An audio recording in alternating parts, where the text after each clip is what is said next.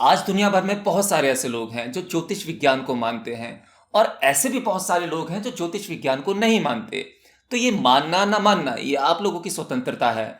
लेकिन मुझे दुख वहां होता है जब मैं ये देखता हूं कि आज ज्योतिष के नाम पर दुनिया भर के धंधे चल रहे हैं, बहुत सारे बिजनेसेस चल रहे हैं और वो बिजनेसेस अच्छे खासे फल फूल भी रहे हैं। और लोगों को ज्योतिष में इतना इंटरेस्ट क्यों आता है? क्योंकि दुनिया में ऐसा कोई भी व्यक्ति नहीं है जिसके जीवन में परेशानी ना हो, जो दुखी ना हो।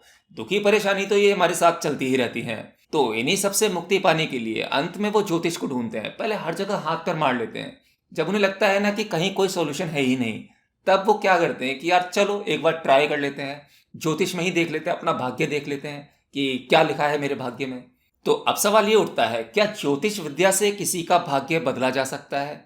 ऐसी कोई विद्या है भी, या ये सब बिजनेस बनाने के लिए इस तरह की फेक अफवाहें उड़ाई गई हैं? देखिए, ज्योतिष एक विज्ञान है, ये बात बिल्कुल सही है। हालांकि आजकल के कुछ लोग जो अपने आप को ज्योतिष विद्या का ज्ञाता बताते हैं और वो दावा करते हैं कि हम किसी का भाग्य बदल सकते हैं, इसमें कितनी सच्चाई है ये आपको अभी पता लग जाएगा। देखिए, पहली बात तो ज्योतिष विद्या से भाग्य बदला नहीं जा सकता। हाँ, इसके कुछ उपाय बताए जाते हैं, जैसे किसी व्यक्ति की शादी नहीं हो रही, या किसी का बिजनेस नहीं चल रहा, या कोई अपने जीवन में किसी समस्या से परेशान है। तो ये सभी चीजें होती हैं जो हमें ज्योतिषों के चक्कर में डालती हैं और आपकी इन्हीं लाचारी का, इसी परेशानी का वो शोषण करते हैं। एक तो आप पहले से ही परेशान और ऊपर से वो आपसे कुछ पैसों की डिमांड करते हैं और फिर कहते हैं कि आपके जीवन में बदलाव हो जाएगा, हम कुछ उपाय बताएंगे, वो उपाय करने से ठीक हो जाता है। देखिए, पहली बात तो यह है कि आपके भाग्य में या आपके जीवन में जो भी कुछ चल रहा है, आप खुद ही उसके जिम्मेदार हैं। ऐसा होता है ना कि बहुत सारी चीजें, स्क्रिप्ट आपकी पहले ही लिख दी गई है, अब बस आपको वो अपना जीवन जीना ही है, आप उससे बच नहीं सकते। अगर आपके भाग्य में शादी नहीं है तो आप कितने भी उपाय कर लो, आपकी शादी नहीं होगी। ज्योतिषी जो आपको उपाय बताते हैं, अगर एक बार को वो काम कर भी जाए, हाँ ऐसे कुछ उपाय हैं जिनको अगर आप करते हो तो आपके जीवन में कुछ परिवर्तन तो हो जाते हैं, या वो चीज जो दुख परेशानी है उससे मुक्ति मिल जाती है। लेकिन यहाँ पर होता क्या है, जिस चिंता जिस परेशानी से छुटकारा पाने के लिए आपने वो उपाय किया है जो ज्योतिषी ने आपको बताया है, तो वो चिंता तो चली जाएगी, लेकिन आपके भाग्य में जो पीड़ा, जो दुख था, वो बदल जाता है। यानी कि वो ट्रांसफॉर्म होता है, वो रूपांतरित होता है। मतलब आप इसे ऐसे समझो, आपने कोई उपाय किया, उपाय करने के बाद आपको लगता है वो चीज खत्म हो गई, फला फला पंडित ने या फला फला ज्योतिषी ने मेरे को ये उपाय बताया था, मैंने किया और देखो सब कुछ ठीक हो गया। नहीं, वो प्रॉब्लम अब रूप बदलकर कोई दूसरी प्रॉब्लम में बदल जाती है। यानी आपके जीवन में जितना दुख का बैलेंस है, वो बैलेंस तो आपको यही पूरा करना होगा। आप ऐसे नहीं करोगे तो दूसरी तरीके से करोगे। एक समस्या जाएगी तो दूसरी आ जाएगी। अब ये हो सकता है कि दूसरी वाली समस्या पहली वाली समस्या से बड़ी हो, तो आप उसके लिए कैपेबल ना हो, क्योंकि ईश्वर ने आपके लिए सोचा था कि चलो ठीक है, इसका जो बैलेंस है उस तरीके से खर्च हो जाएगा, बट आपको वो एक्सेप्ट नहीं हुआ।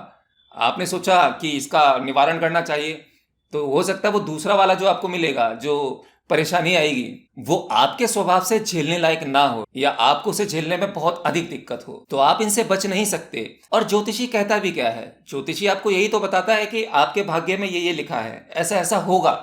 जो होगा वो तो हो गई, आप उसको कैसे बदल पाएंगे? हाँ, आपके हिस्से में मिला हुआ जो दुख है, जब उसकी सीमा खत्म हो जाएगी, यानी कि वो बैलेंस खर्च हो जाएगा, जो ठीक है, आपको 1 साल 2 साल 3 साल तक की पीड़ा थी, ये काम नहीं हो रहा था, शादी नहीं हो रही थी, या बिजनेस में आप फेल हो रहे थे, परेशान थे, धन नहीं था, कोई काम चल नहीं रहा था, तो वो जब समय पूरा हो जाता है, वो खर्च हो जाता है, दुख आपने भोग लिए उतने, उसके बाद अपने आप ही सब कुछ ठीक होने लगता है, आपको नए अवसर मिलने लगते हैं, हो सकता है आपका बिजनेस चल जाए, तरक्की हो जाए, तो चीजें अपने आप सुधरती हैं। इसी को भाग्य का लिखा कहते हैं। पर अब यहाँ पर एक सवाल ये आता है, तो क्या हमें ज्योतिषी के पास नहीं जाना चाहिए? नहीं।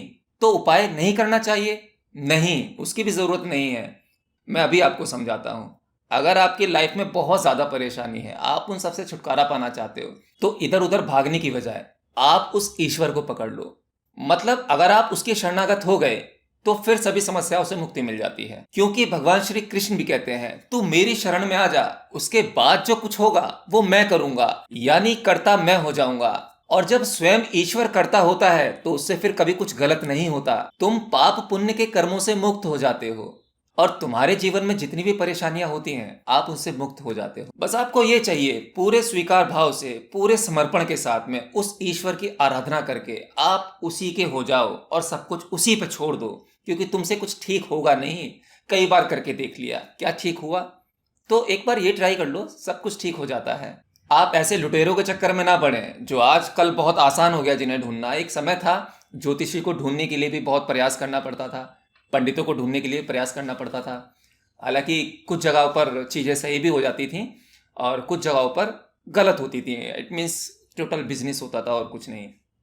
आज आपके लिए सब कुछ ढूंढना बहुत आसान हो गया है। आपके पास में एक फ़ोन है, सर्च मारा, गूगल से पूछा तो ढेरों लिस्ट आ जाती हैं। बहुत सारी एप्लीकेशंस हैं जो आपकी समस्याओं का समाधान चुटकियों में कर देती हैं। ऐसा दावा करते हैं वो लोग, बट वो सिर्फ अपनी समस्याओं का समाधान कर रहे हैं और बिजनेस कर रहे हैं, पैसा कमा रहे हैं, इससे ज़्यादा कुछ नहीं है। आपकी सिचुएशन वहीं की वहीं रहेगी, इससे आपके जीवन में कोई परिवर्तन नहीं आने वाला।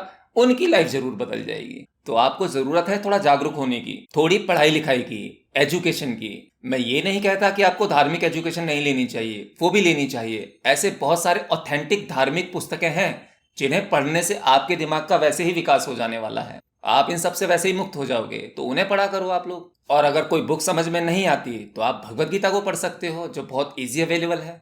एनीवे, आज की इस वीडियो में इतना ही। उम्मीद करता हूँ आपको जानकारी अच्छी लगी होगी। अगर मेरी बातें आपको अच्छी लगी और कुछ समझ में आई तो हमारे इस नए चैनल को आप सब्सक्राइब भी कर सकते हो।